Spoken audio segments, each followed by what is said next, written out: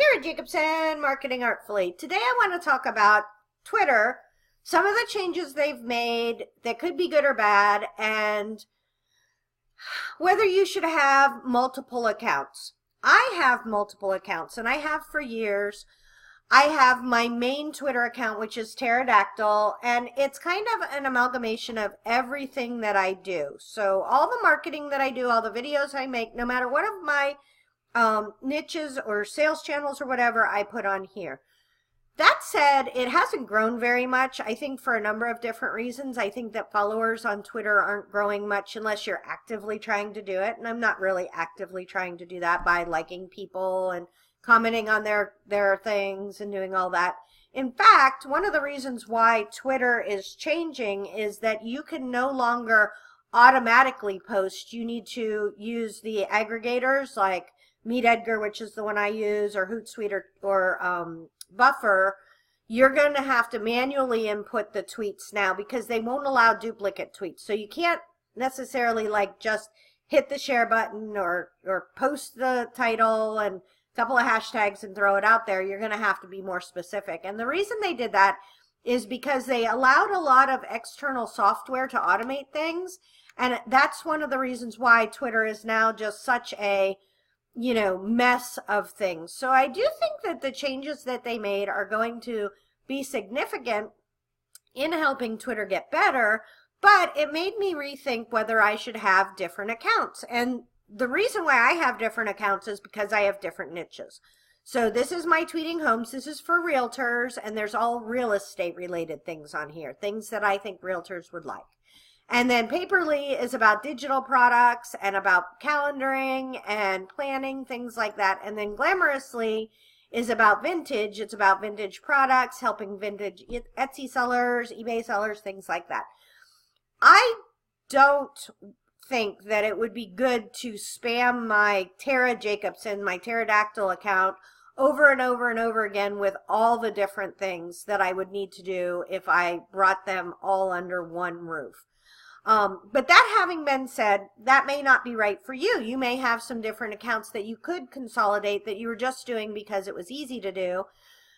The bad part now about it is you have to schedule individual posts. You can no longer have like libraries of posts that you can just set out to send. So for me, it means I'm going to be posting a lot less because I don't want to have to generate that content. And I'm also going to be sharing other people's stuff a lot more, because I want to make sure to have not just my stuff, but a little mix of things. And I think that that will help Twitter in the long run, as I said. That having been said, you do have to, if you're going to have multiple accounts, try to grow them. Like this one has been around a long time. It has 5,600 followers, which is decent, right?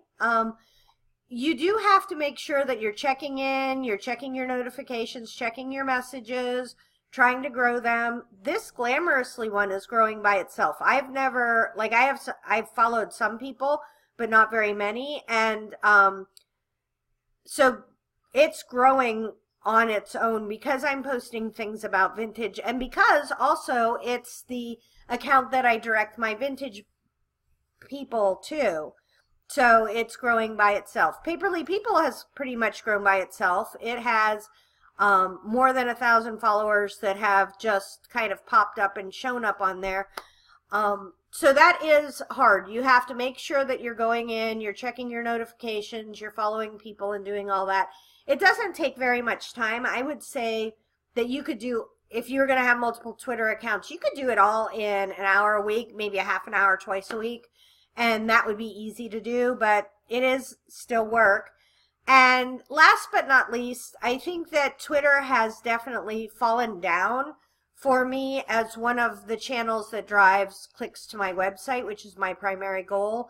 I get the most clicks from Google, and then Pinterest, and then Facebook, and then way, way down the line is Twitter. So at some point, I'm going to have to make a decision whether it's worth it to take the time to schedule the posts, or if I should just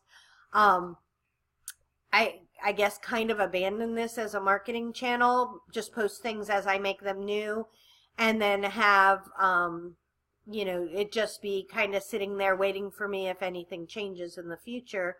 I've done that with a bunch of different channels. Google Plus is like that. I will post all of my new content on there, but I don't like or follow or check notifications or anything like that on there. So for me right now, I am going to keep up with especially my pterodactyl Twitter. I'm going to make sure that the other ones have things to post periodically, at least once or twice a day. And then I am going to be kind of on the fence until I find out if maybe my best course that I would love to see is if engagement starts to go back up because there's not as much traffic, not as much noise, not as much spamming on Twitter, and people do start coming back. I think they're making a really good effort to have that be the case. And if I'm going to be happy that I get more engagement, I can't be sad that it's a little harder to do right now. So hopefully that helps. Tara Jacobson, Marketing Artfully.